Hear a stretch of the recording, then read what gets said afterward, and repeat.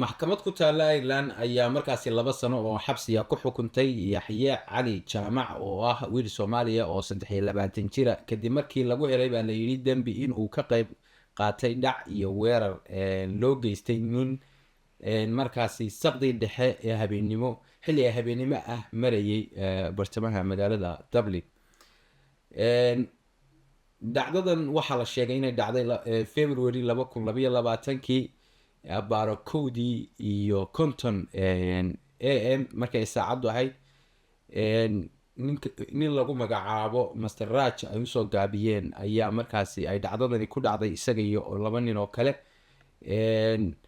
waxaa laga qaatay baa la yidhi 6 kaar oo bangi iyo mobilkiisa iyadoo lagu khasbay inuu bixiyo pin code-ka kadibna laga qaatay oo loogu hanjabay in la dilayo mindi markaas lagu dilayo laakiin lama tusin baa la yidhi. kadib markii ay ka tageen maalin kadib waxa ay 200 kala baxeen streetka Dam Street loo yaqaano ee bartamaha magaalada Dublin, halkaasoo uu ninkii ku ogaaday in lacag lala baxay dabeedna booliiska u sheegay.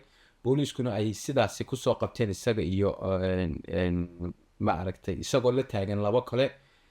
lama xusin 2da kale isagoonba hadda la sheegay in la xukumay. sida la sheegay Yaxye Cali Jaamac dalkan isagoo 8 jira buu yimi.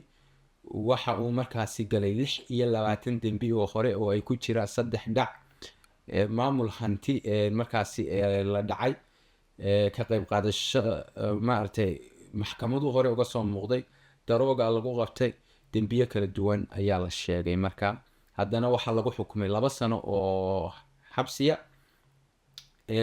waxyaabahaas in ay Soomaalidu baryahan dhibaatada noocaas way ku soo noqonayaan inay aad uga taxadiraan kulley oo dadku ay ilaaliyaan dal shisheeyay joogaan. baryahan aad baaba la isugu fiirsanaya magaca Soomaaliduna waxaad moodaa inuu ku soo noqnoqday hadda Ireland oo dembiyo kala duwan ay dhaceen